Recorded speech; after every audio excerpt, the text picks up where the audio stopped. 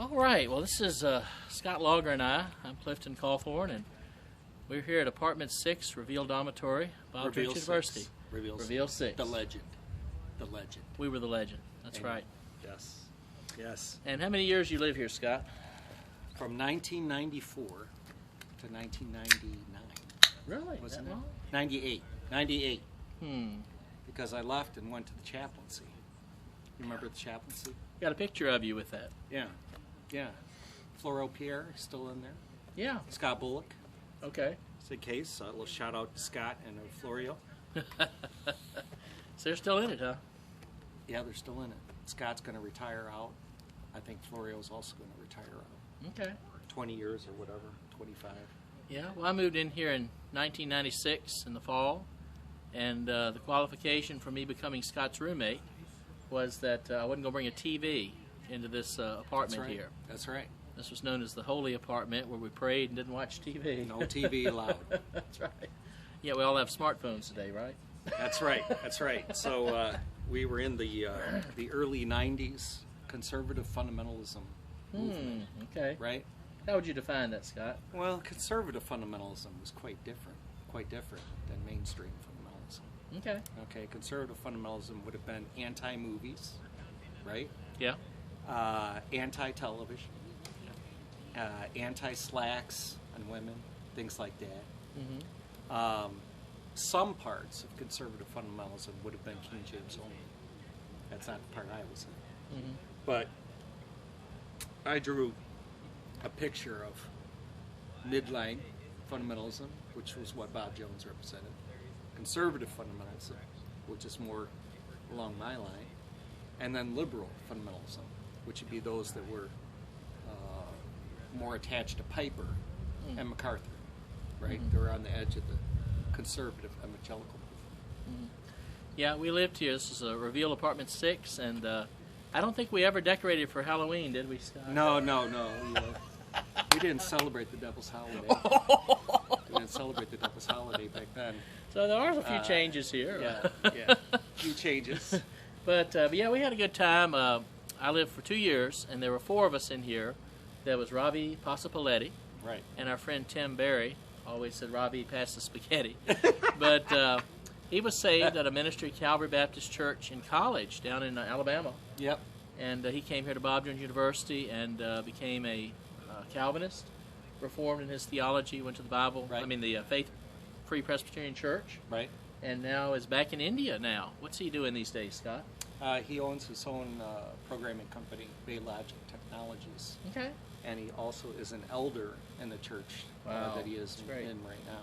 So is he still Free Presbyterian? Yeah, he would still be the doctrines of grace, Mhm. as they say, a 5-point Calvinist. But Free Church, he is no longer supported by the Free Church. Oh, okay. Right? He asked them to not support him, actually, because the Indians look unfavorably on Westerners being supported in India. Okay. What are they called, Rice Christians, or is that? I think the way the Indians look at it is just keep your Western money out of here. Okay. We earn our money. We work hard. We earn what we get. So keep your Western money out of it. So that's part of becoming all things to all people, that some might be saved. Right. That's good. That's good. Right. So he works, shows he works, Yeah. but then he also does ministry. Yeah, that's good. And then so is Ravi Pasapaletti. And I remember Ravi because him and Florio were in Hebrew. And they'd be studying Hebrew. And they'd be laid out on the floor in here asleep. Went to sleep studying Hebrew at night. And so quite a vigorous program, especially Hebrew, where it's a different alphabet and no real Now, Ravi, correlation. the crazy Indian. Now, I say that very benevolently. He but is very Indian. He's not Native American. Yeah. Okay. I call him the crazy Indian Okay. sometimes. Okay. And they're still friends, Yeah, he's still friends. Yeah. We talk actually about once a week. Wow. Once a week. That's great. Over Signal. It's an application. Allows you to see great. the person. Yeah. Like FaceTime. Yeah. And so Ravi and I, we still talk to each other quite a bit. Yeah, if you'd have been here between... now, was Ravi here from 94, or was he here Well, after Ravi came, I don't think it was 94. I think when I first came in this room, it was Steve and I. that? Okay. and then Rajesh Right. Gandhi, right? He was and the Rich- and I like not Rajesh. Yeah, he was the nutrition Nazi. He Yeah. he one time said, and I don't know if he remembers this, it may be selective forgetfulness, but that even you can eat, if you eat a healthy meal, if you eat ice cream after the meal, and you just do away with the nutrition of the meal. That's right. And he was over the fitness Rajesh- center. He was excellent for that position. Yeah. Excellent. He was very strict, Mhm. very, very strict. And he said we need to, what was his motto? Eat for the Son, the Son of God. That's good. You know, eat That's with good. the Son of God in mind. Which, looking at both of us, we could use some more of that. You know, I We mean, definitely really, could. We really could. Especially with the popularity of fried chicken. Uh-oh. You know, Uh-oh. that makes it much harder. Yeah. You know, Yeah. much Church's harder. chicken. I need to get some while I'm here in Greenville because we don't have it where I live. So if you were here while Ravi was here, you would smell curry Yeah. coming out of the store. And so Saturday nights, I'd go to Winn-Dixie, and there's a lady there who had a daughter or son in college, and she took good care of me. Mhm. So 7 o'clock, she'd give me her leftover chicken for cheap and leftover donuts for cheap. We'd come in here on a Saturday night, and we're getting ready for the Lord's Day. We had 2 Calvinist people, so it was big on the Lord's Day. And we keep him supplied in rice. Mhm. We keep him supplied in eggs.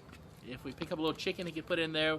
But that curry powder, and you could smell it coming out of there. Mhm. And people would come, from all different places, and just, I think they wanted to eat some of his food. Then some of them were like, "What's that smell? Oh, What is that horrible smell?" I don't remember that. People that were kind of meat and potatoes Americans. Okay. Right? They'd come over and it was stinking up their apartment. The Trump supporters, right? Yeah. Oh.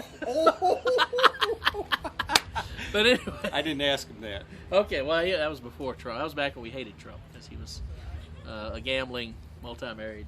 Anyway. Yeah. But that was Ravi, a wonderful guy. I remember one time he had a CD. It was a Fiddler on... No, it was... I forget, it was Fiddler on the Roof or My Fair Lady. It was one of those CDs. Yeah. And he really wanted to get rid of those things that would distract his spiritual thoughts. Mm. And he gave them to me, whichever one it was. It's Fiddler on the Roof or My Fair Lady. Mm. And it was just really sought the Lord. And I appreciated his Christian testimony, consistent, wanted to be pleasing to God. Our other roommate is Steve Crawford, who is with the Lord now. Yes. Yes. And what are your thoughts about him, Scott? Steve Crawford was one of the most serious people Yes, serious. That's good. about the things of God. He was very, very devotional, I guess is how I would put it. And he very much encouraged prayer. So at a certain point, we had a meeting for prayer on Sunday nights, right? Mm-hmm. I can't remember if it started at 10 or 9. Tim Berry came to that? And Tim Berry would come to that. Jim Wright. Okay. I don't know if you remember Jim Wright. I remember the name, and I wouldn't see... If I saw him at Walmart, I wouldn't recognize him. I probably recognize the face, but I'd have to say, what's your name? But Jim Wright. Jim Wright. Did he live next door? No, it Okay. wasn't next door. He Okay. may have been down a few. Yeah, they were pretty holy in that one down. A couple down there. That's where Barry lived. and- Barry lived, Yeah. and Troy Manning from Schaumburg, Yeah. right? Yeah, Troy Manning. Yeah, I know him. Never had one pencil out of place. Everything was perfectly. He wouldn't have done well in our room. No, he wouldn't have done well. Especially when Rich Streeter. Oh! Now, Rich Streeter's a good fellow. Yeah, You know, we don't yeah. want to rip on Rich Streeter. We all but- have his positives. Yeah, we all have our positives. That's right. Tell the story, That's right. Scott. Tell the story. That's right. Well, Rich Streeter, He's I grown know. up now, Yeah, so he's not... he's married to Amy Gendro. Okay. And Amy, she fixed him up. That's okay? good. That's good. But he had his piles of clothes. Always gave it the smell test. As long as it passed the smell test, It's it before was my good time. to go. Good to go. Okay. My philosophy in ministry is come behind someone who has had struggles, and that way, you're going to be ahead if you just kind of hit the baseline. And so I do remember I did have struggles with neatness, and I remember Steve Crawford was going to come to me and confront me about that at some point. Wow. I cleaned it up, I think, at some point. Maybe a white glove or something like that. But anyway, but Steve, he was in love with a girl, and I probably ought not say her name because you don't know where this might go, but She's a strong, independent Baptist girl. yeah, Strong, independent yeah, Baptist. and they would go and watch the snakes get fed mice. Yeah. together. Yeah. And that was something we said, it must be true love. It must be love. Yeah. And but then, you know, her father found out that he was a Calvinist, 5-point Calvinist, And a Presbyterian. and That didn't help. had Presbyterian leanings. Yeah. And then he forced her to leave him. Mm-hmm. She's now a single missionary on the foreign field, the last time I heard. In Africa. And Steve Crawford died of a broken heart in his early 40s. So now he had some struggles, and he would want to be honest about this with fundamentalism. Yeah. He even had a website with his friend Dennis Bills, also a grad. What was it called? You know, I don't remember their website. He and Dennis did it. It was like Curing Fundamentalism, or And I don't remember Leaving Dennis Fundamentalism. being real friends with... Were they hanging out a good bit? After Crawford and Dennis he left Bills? here, I believe that's who it was. Mhm. I believe that's who it was. But anyway, we one time had a discussion. I was talking to Scott about this, Yeah. about the speed limit. And Robbie said, you ought to keep the speed limit. That's the law. And Scott here said, no, I think it's whatever they enforce. He may word it a little bit differently. Right. But in any case, and it was on the Lord's Day, and then I got in on it. And Steve came walking in, Mm-hmm. very meditative, serious guy. And we said, Steve, you know, what do you think? You think you ought to keep the speed limit? You think it's just what they enforce? And Steve just got so mad. He said, that's just the Lord's Day. We don't need to be talking about such foolishness. You know? Very serious when it came to that sort of thing. Yeah, on the Lord's Day, you know, he would not Yeah. going to pizza places. You know, he Yeah. wouldn't be, you know, doing Yeah. something frivolous. Yeah. But we worked well together. You had the two Calvinistic Reformed in one room, and then us two. He was more of an ingrained Independent Baptist, and I was still learning.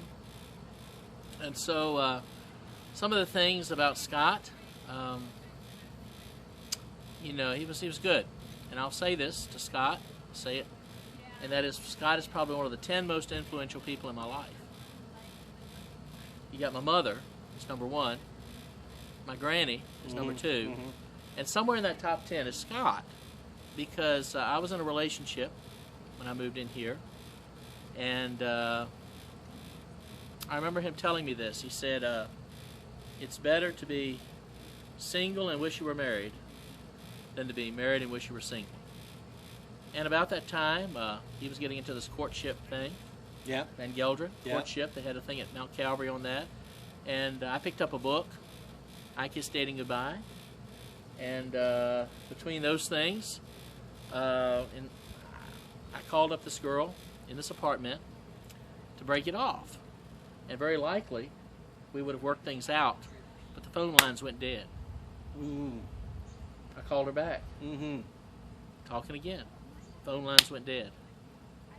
Later, I talked to Court Ramey, who was the guy who was over the switchboard, and I said, you know, what happened? He said, I've never seen that before. And so God kept us from reconciling, and God brought into my life my wife, Heather Gonzalez, now Gonzalez Cawthorn, and we have 6 children, and life's been great. But he was looking at my desk, and I was a real big fan of Robert E. Lee. I had an 8x11 picture of Robert E. Lee, 8.5 by 11. Had a little picture, a little 2-inch by 3-inch picture of this girl and I. And Scott said, Cliff, there's something wrong when you have a big picture of the general and a little picture of your fiance.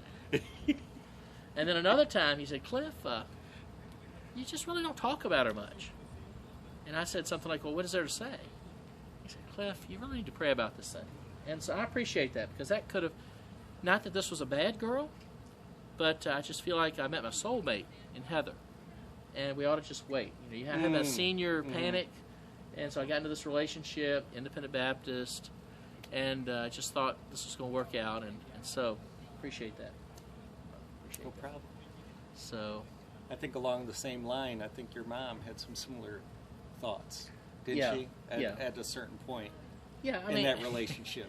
my mother, she would tell me about this other boy named Brian that I grew up with in church. And she never would tell me what to do. She said, if I tell him what to do, he'll do the opposite. I don't know why she thought that, but anyway. So she'd say, well, you know, Brian, he broke up with his fiancée, and it's okay, you know. And so she was giving her hints too, and then he was here, and so God, you know, worked that out, and that's a life-changing event. Yeah. Life-changing event. And you know, ever since I met Heather, I thought, yeah, that's perfect. That's perfect. Now your friend Russ, can I tell one on him? See, Heather, you know, was cautious. Yeah. Yeah. And her mother, who's now living with us, and had a stroke due to COVID. Her mother wasn't in favor of the relationship, and so Heather wanted to make sure that she gave it time. But old Russ, he said, "Well, Cliff, you can't wait forever." You know, Russ. I'm like, well, it's like Dr. Bellis would say, you wait as long as you have to if it's the right one. And so I did, and I'm thankful for that. Yeah. So. Yeah, Rush is very sure about what everyone else is doing. Not so sure about his own life. Okay. But he's always, you know. Okay. But anyway, he's a good fellow. So Scott here, what is your impressions of our time here in this apartment? Well, Reveal 6, I think, is what I remember most about the time at BJ. Just very good camaraderie, very good thinking discussions. Dynamic discussions about what we believed and challenges to what we believed. Yeah. So we really hashed it out. Yeah, we did. Right, and I think that was one of the best things that has ever happened to me in my life. Yeah. Well, here's probably the current occupant of it. We got to let you go in. Okay. We lived here for a few years. This is our old apartment right here. Number 6. Yeah. Yeah. So. What are your names? My name is Cliff Crawford, and this is Scott Logger. Yeah. We lived here together for 2 years. 1994, I moved in. You moved in 96. So. And then I stayed to 98. Oh, so Yeah. this is where you two met Yeah. and became best Well, friends? Yes. we met earlier than that, but yeah, we Yeah. moved into here. So. Yeah. Yeah. This is cool. I'm making friends here now. Yeah, that's Making great. more history. That's great. A lot of good memories happened in Reveal It 6. did. We had an Indian roommate, and he would fix that curry, and just the smell, and just the wonderful cooking. Times together. Started at 10 o'clock almost every night, right? Well, Almost every night. When he had Hebrew, he had stayed up late, so. Yeah, let me cover this up, and y'all can get on through if you Yeah, we want. don't want to put you on film, you know. Thanks. We'd have never thought women would be coming in our apartment. Yeah, right. It's They different. stayed away from us It's a when we were in different- college, It's a totally right? different setup now. That's right. All right, let's see, Scott, if I can get this. All right, let's see. A different setup. All right. Where were we, Scott? We were talking about how Reveal 6 was life-changing Yeah? in many ways, right? Mm-hmm. Because I think at least some of us, at some point in time, modified what we thought about something, Yeah. right? Based on discussions that we had. Yeah, that's right. Well, that's the thing about how God uses people. Steve Crawford, you know, he disagreed with a sermon that was preached in chapel. Mm-hmm. And that sermon preached in chapel by an older faculty member, good man. I had him for class. And he said, if you doubt your salvation, Mm-hmm. you find you a place in the alumni building, get your corner, and go put down your spiritual state. You call out to God, and whenever the devil comes, you take him back to that place and say, whosoever calls upon the name of the Lord shall be saved. Well, Steve Crawford got back, and he said, I disagree with the chapel speaker. And you think, oh boy. Where are we going with this? Yeah. But he said, you know, whenever the devil comes to tempt me, my spiritual stake is the cross of Jesus. Mm-hmm. And ever since he said that, I have not doubted my salvation. That sunk in because I grew up in a Church of Christ where you always get baptized to be saved, do something. I'd watch Pat Robertson, and it was, you know, pray this prayer if you want to be a Christian. And that's kind of what you heard in fundamentalism at that time. Pray this prayer, pray this prayer. They give them assurance verses. That's right. That's right. But I was reading through Romans chapter 5 at the time, what Christ died for the ungodly. Yeah. You know, we're justified by his blood. And that, plus what Steve Crawford brought back, that's how God worked in my life, to give me assurance of salvation. I've Yeah. never doubted since then, which is a real blessing. Yeah, I remember Dr. Barrett many years ago who taught here and taught in the theology department. And he taught about the primacy of what you believe now. You know, it may be Make sure we're great recorded. that you believed in the past, right? Yeah. But our focus, biblically speaking, shouldn't be centered in what happened in the past. Yeah. It should be, what do you believe today, right Yeah. now? Yeah. I think of the verses that were brought out for whoso believeth Yeah. in the old King James. Yeah. Well, that would be present tense. Whoever believes, Yeah. not believed with a D, believes currently. Yeah. You know, if you doubt your salvation, ask yourself, what do you believe about the cross of Christ right now, at this moment? That's good. Are you trusting in it? Right? Do you believe in it for your salvation? Yeah, and I was in a evening service at Hanover Baptist Church, Pastor Dan McAvoy, back where my mom lived, where I grew up. Yeah. And he made that comment. He said, I don't know if when you were saved, I want to know if you are saved. Yes. Yes. I don't want to know when you trusted. I want to know if you're trusting, something like that. And that's really revolutionized my thought, because these people give you these professions of faith, and they're living in sin. Yeah. And you're like, no, are you trusting now? Oh, the Holy Spirit comes in and He gives you that faith to continue trusting. I think that a lot of that too comes out in the fires of life, in the storms of life, when you're tending to look at your circumstances. That's good. And you're trying to derive, right, what you believe and what your faith is in relationship to your circumstances, right? Instead of looking at the cross of Christ, something that's happened from eternity past, right? Yeah. And continuing repercussions now. After I went through many serious trials, it really brought that out to me, that Christ is a constant.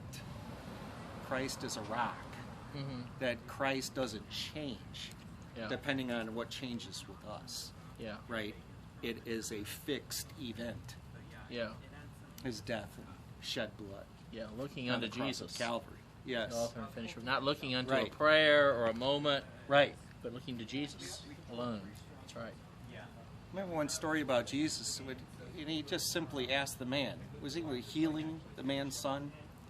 And he said to the man, do you believe? Very simply. Yeah. Do you believe? And he said, well, I do, but help me believe. Right? I believe, help my unbelief. Help my something like that. unbelief. Yeah. Right? Yeah. In other words, I have a weakness. My human flesh is getting in the way. Right? That's good. And the Lord said, based on your faith, your son is made whole. And it didn't matter what his circumstances were. What mattered is the object of his faith. And that's where it brought up, are you looking to some event that you have experienced, or are you looking at the object That's good. of your faith, which is Christ? Well, I think there's a passage that's often mispreached, and that's the mustard seed. If you have faith the size of a mustard seed, it's preached, oh, you have to have some mustard seed. Oh, you have to have some mustard seed. But it's saying, no matter how small your faith is, who is your faith in? Right. That's the point of that. And don't put trust in your faith, but trust in Christ, Him alone. When life gets rough and people are challenged in life, it's more than a mustard seed. You can tend to lose faith that is not primary in your life. Really, faith is a cliff that you jump off.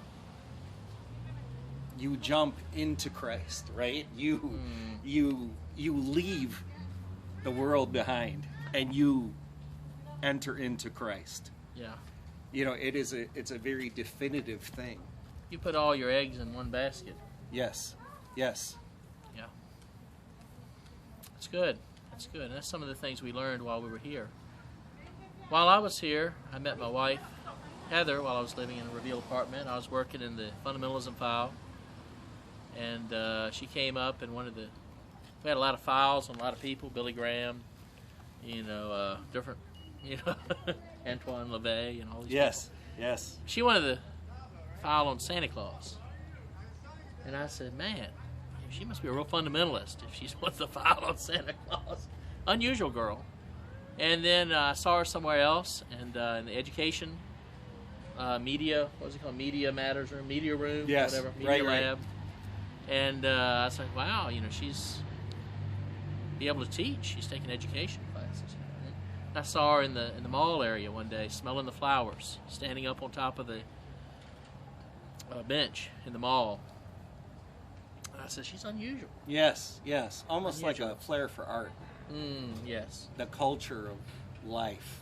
Yeah, and I found out she transferred from Ambassador Baptist College. I said, well, she must be an independent Baptist. Yeah. Then what clinched it was her middle name was Lee. Remember that big picture of Lee I had on the table? And so when I found out her middle name was Lee and she's some kin to some of the general's family, I clinched it for me. And my mother gave me a gift certificate, best investment she ever made, for Valentine's Day. And said, I'll give this to you, but take some girl to the snack shop. And so I wrote to Heather, and she went with me. And we shared testimonies. I've said that's a wonderful thing to do on your first date. You share what God's doing in your life. Right. Absolutely. And it's usually not that you're interested in. And then, so I wrote her a note thanking her, and I didn't hear anything back. And I was kind of discouraged. And around Bible conference, I go down to Brokenshire, kind of like someone in the world would pull up to a bar, say, give me 2 of them Brokenshire dogs. And it was the McAvoy boy, actually. The preacher I was talking about before, he was at the desk. He said, oh, Mr. Cawthorn, he was all a happy fellow. He said, Mr. Cawthorn, this letter came to you in the Brokenshire slot. Well, Heather, she has a lot of good qualities. But she just figured if you threw the letter in any slot in the mail system we had back then, that it would go to the right place. And she just put it in the Brokenshire slot instead of the Reveal slot. But it was at the desk, and all of a sudden, I lost my hunger. And I said, cancel those 2 dogs. right. And that began the relationship that ended up in us getting married. So Yeah, I remember Heather as a happy person. she is, happy, modest, frugal. She'd go off campus. She's going to the little Goodwill store over here. I was like, glory, this is great. We can live on this, and it has. It's been a good life. Got 6 kids, all that. Speaking of dating, I don't know if you want to go into this or not, but one time there was a girl from up north really kind of pulled your chain. Yeah. She We was go from in there? Maranatha. Okay, that's name names. Maranatha. She Come went on, to Scott. Maranatha Baptist Bible College. So I met her at Camp Joy Okay. in Whitewater, Wisconsin. Okay. I don't know if you remember that part of it. No, I don't But remember I think I was a lot more interested in her than she was interested Obviously. in me, right? Yeah. So I wrote back, and we wrote a little bit, and then she was coming down to BJ with her sister. And I said, well, we should go to Artist Series, And at first she was, open to that idea. Yeah. And so she came and visited BJ, and the night of Artist Series, she didn't show up. And then when we came back to the room, Yeah, flowers too, I think. I think I had flowers already. And I came back and I said, I don't know what happened. And Steve Crawford looked at me and said, Scott, you don't belong with that girl. You don't belong with that girl. Encouragement. Yeah. And so that was interesting. A painful experience, but a helpful experience. And it was soon after that, there was an Artist Series. And I went around to all these single guys. And I collected all their tags for the Artist Series. And I got us a whole section right behind the sound booth. Yeah. In the FMA. And all these blue coats, blue sport coats, because that's all we wore. We're the geeks on campus, single geeks. And what'd you say about that when I got all that? You said something about we were bachelors with raptors, remember? Yeah, and Scott said, Cliff, I'm never giving you my Artist Series tag again. Said, Cliff, it's just an affront to the university's philosophy of dating. So I mean, that I think made history. Because Bob Jones Sr. got up in a chapel, not Bob Jones Sr., Bob Jones III, excuse me, got up in a chapel not too long after that and rebuked the males in the student body who refused to invite dates to Artist Series. Instead, they got together in a whole row and came with each other. He said, that's the most despicable thing I've ever seen. Oh. So we were memorable in Yeah. that sense to Bob Jones III. Well, Maybe you know, not for the best. you know, though, one thing I appreciate about the changes of Bob Jones, there doesn't seem to be any strong emphasis on dating anymore. It's more about getting to know each other in a platonic, is that the word? Yeah. Relationship. Yeah. And so there's no more couches. You know, I mean, I was kind of creepy today. Yeah. You want to sit on the sofa with me? Yeah. The You dating could sit on the sofa, but there was the 6-inch rule, right? Your shoulder had to be 6 inches from her shoulder, right? And so they were very strict. And there were and they some would strict walk people around up there, and yeah. look at you, you know. Of course, Mrs. Harris, you know, we ministered at a church called Faith Baptist Church in Bowling Springs, and Mrs. Harris, she said she always enjoyed being a chaperone in the dating parlor once she could learn to read lips, you know. Yeah. And that was an interesting time. He had a old jalopy of a green, was it green or red? Yes, yes. Station wagon. That's Green right. or red? That's Red, right. right? No, my station wagon was red. You remember And my Shirey's station wagon? was green. Yeah. Keith yeah, Shirey's was yeah, green, yeah. Back then I had an old Delta 88 Oldsmobile. I mean, we had old cars. Oh, that was a good car. That was a good car. But we would pile people in, going to a nursing home, and then going to church out in Bowling Springs. And we'd eat on the lawn there at the church, and the pecans in the trees, and some of us would sit in the back of that old station wagon and go to extension. There were no seats or seat belts. Yeah, and I think Lisa Kim, you mentioned, you know, would come to that. No. No? There was a girl named. Wasn't it Lisa Kim? No, there was not. It was a girl named. I forget her name, but she was from Baltimore. She was Asian. Asian from Baltimore. Asian girl. And she got in trouble once because she scratched someone's scab Oh. at the nursing home. Oh, okay. Okay. And she didn't come back to Bob Jones. She never finished at Bob Jones. Oh, wow. It was kind of a tragedy because I asked about her and she'd gone away from the faith and stuff. Oh, wow. I forget her name, but Then there was another short girl. Rambo. Yes, Rambo. She played the piano for us, Stephanie Rambo. And then there was Cliff Zeller. Cliff Zeller. That's Now, right. I think he's a farmer in Pennsylvania now. Okay. And so that's quite a group. Jason Goff went with us for a while. I think Jason Goff came out at a certain point. And then Jeanette Langendorfer was with us for a little while. Mhm. She was our chaperone. And Jeanette, then, did we go on a date? Did I ask Jeanette out? I don't know, Scott.